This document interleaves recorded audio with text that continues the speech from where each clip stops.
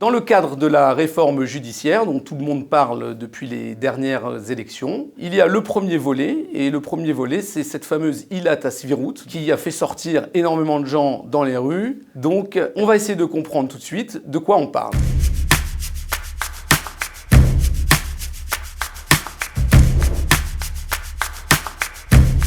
Ilat HaSvirut, Ila d'abord ça veut dire motif, et Svirut c'est quelque chose de raisonnable. Donc Ilat HaSvirut, c'est un motif en fait dont se servent les tribunaux pour annuler une décision politique ou administrative qui serait pas raisonnable ou acceptable. Il faut savoir que la Ilat HaSvirut n'existait pas en Israël jusqu'en 1980. C'est le juge Aaron Barak qui pour la première fois en 1980, dans un dossier qui s'appelle Dapé Zahav, l'a instauré. Et en fait, il s'en est servi pour la première fois pour annuler une décision administrative. C'est parce que c'est un motif qui n'est pas basé sur une loi. C'est-à-dire que c'est le juge qui va pouvoir se servir de ce motif un peu n'importe comment et n'importe quand, sans avoir besoin de se baser sur une loi fondamentale ou sur une autre loi. Et l'exemple le plus connu, Aryeh Deri Pinchasi, donc c'est une affaire qui a fait couler énormément d'encre, très médiatisée à la fin des années 90, au moment où Aryeh Deri et un autre ministre qui s'appelait Pinchasi ont été poursuivis pour corruption. Et là, il y a donc des gens qui se sont opposés au fait que M. Deri et M. Pinchasi restent dans le gouvernement. Ils ont été à la Cour suprême, et la Cour suprême s'est servie du motif du caractère irraisonnable du fait que ces gens-là continuent en fait à siéger en tant que ministres, et ont forcé Yitzhak Rabin, à l'époque qui était Premier ministre, de renvoyer ces deux ministres à la maison.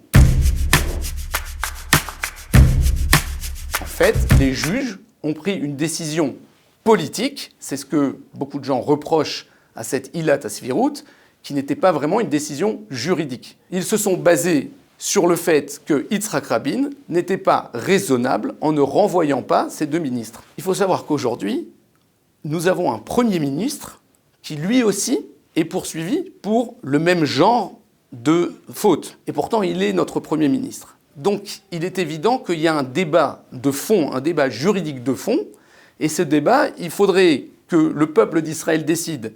Est-ce qu'il veut le mettre entre les mains de quelques juges qui siègent à la Cour suprême ou entre les mains de la Knesset qui est censée en fait représenter le peuple? Deuxième exemple qui sera peut-être un peu plus parlant, nous célébrons tous les ans le Yom HaZikaron en souvenir des soldats qui sont morts sur le champ de bataille et en souvenir des gens qui sont morts dans les attentats en Israël. Parallèlement à ce Yom HaZikaron, certains groupes d'extrême gauche et des Arabes ont décidé de célébrer un autre Yom HaZikaron. Ils l'ont appelé Yom HaZikaron alternativiste, c'est-à-dire le Yom HaZikaron alternatif, dans lequel on va célébrer les terroristes qui sont morts et les Arabes qui sont morts aussi, puisqu'il y a aussi des Arabes qui sont morts dans les attentats, et aussi les Juifs. Ça a fait un gros scandale. En Israël, on a tous crié, en fait, ça va atteindre en fait, la sensibilité des gens qui ont perdu leurs enfants à l'armée, dans le salle, etc., etc. Mais ça existe depuis déjà une vingtaine d'années. Il y a des gens de Gaza qui ont voulu venir en Israël pour participer à ce Yom HaZikaron alternativi. Bien évidemment, à l'époque, c'était Lieberman qui était le ministre de la Défense. Il a interdit les gens de Gaza, il leur a pas donné en fait le droit d'entrer en Israël. Ce dossier-là est arrivé à la Cour suprême. Et à la Cour suprême, ils se sont servis de la Ilat HaSvirut en disant que c'était pas convenable ou pas raisonnable d'empêcher à ces gens-là de venir en Israël pour participer à une commémoration, et donc ils sont rentrés. En fait, le débat juridique de fond, c'est un débat constitutionnel, je dirais. C'est un débat en fait qui va toucher au système démocratique israélien. Jusqu'à où on est d'accord de donner les clés du pays et le pouvoir à la Knesset, donc à la coalition, et au gouvernement. Et est-ce qu'on veut, est-ce qu'on souhaite limiter ce pouvoir et à quel point? C'est là toute la question. À mon humble avis de juriste, et après avoir lu des milliers de jurisprudences et de jugements de la Cour suprême, je pense que la loi ne va rien changer. C'est-à-dire que je pense que sur le terrain, il faut savoir que la ilat hasvirut, c'est un outil dont va se servir le juge pour annuler une décision du gouvernement ou une décision administrative. Mais il faut savoir que dans la boîte à outils des juges de la Cour suprême, il y en a encore des dizaines, des ilot.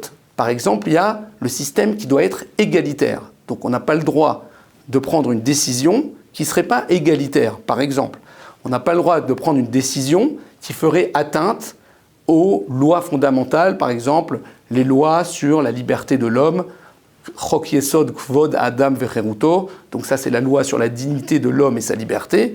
Donc le juge pourra toujours dire, attention, cette décision administrative va à l'encontre de la loi fondamentale, et donc bien sûr qu'il pourra encore l'annuler. Donc les juges auront encore dans leur arsenal tous les outils qu'ils avaient jusqu'à présent. La ilat hasvirut, ce n'était qu'un outil. Donc, connaissant les juges de la Cour suprême, surtout si c'est les mêmes qui continuent à juger, eh bien ils vont d'abord se servir de tous leurs autres outils. Et je pense que comme l'a fait le juge Barak en 1980, ils vont même inventer des nouvelles ilat hasvirut. Ça s'appellera pas comme ça. Il y a plein d'autres noms qu'on peut donner et s'en serviront encore, peut-être un peu moins. Et je pense que c'est justement le souhait de Binyamin Netanyahou, de Yariv Levin et de Simcha Rothman, c'est-à-dire d'essayer de limiter un petit peu cette force qu'avaient les tribunaux d'annuler des décisions administratives. Alors, effectivement, à la Cour suprême, la ilat hasvirut, on ne s'en sert pas tous les mois. C'est utilisé, on va dire, en moyenne 1 à 2 fois par an. Mais il faut savoir 2 choses. La première chose, c'est que les tribunaux de district, c'est-à-dire le tribunal, ce qu'on appelle Bet Mishpat Mechozi, a aussi la compétence de juger des affaires administratives.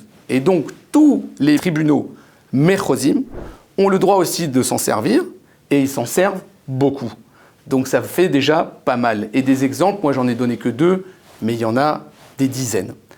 À part ça, il faut aussi comprendre qu'il y a énormément de décisions, aussi bien administratives que politiques, ou des décisions du gouvernement, qui ne sont pas prises parce que le gouvernement sait déjà d'avance, parce qu'il connaît les précédents, il sait déjà d'abord que la décision ne passera pas ce qu'on appelle Mifran à Bagat, c'est-à-dire ça ne passera pas à la porte de la Cour suprême, et donc c'est pas la peine déjà maintenant de mettre en œuvre et de prendre une décision qui va coûter beaucoup d'argent, qui va faire donner beaucoup de travail à beaucoup de gens, alors qu'on sait déjà d'avance qu'à la fin, il y a quelqu'un qui va déposer une plainte au Bagatz et en général la recevoir.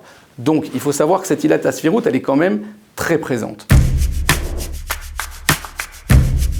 La plupart des gens pensent que si on annule la ilat hasvirut, alors on enlève au tribunal et à la Cour suprême toute possibilité d'intervenir dans les décisions administratives et les décisions gouvernementales. Je pense que la plupart des gens avec lesquels vous parlerez dans la rue, c'est la réponse qu'ils vont vous donner. En fait, ils vont vous dire, on avait un chien de garde, il s'appelait la Cour suprême, et aujourd'hui, on ne l'a plus. En réalité, ce n'est pas du tout le cas. C'est le premier pas pour atténuer l'activisme judiciaire. En résumé, l'annulation du motif du caractère raisonnable d'une loi ou d'une décision gouvernementale ou d'une décision administrative, pour moi, ne va rien changer aux jugements qui seront donnés par la Cour suprême. Il y aura peut-être un tout petit changement, on va changer un peu les motifs, mais en finalité, je pense que quand les juges auront très très envie de se mêler d'une décision parce qu'ils la trouveront par exemple scandaleuse, je pense qu'ils trouveront toujours le moyen de l'annuler.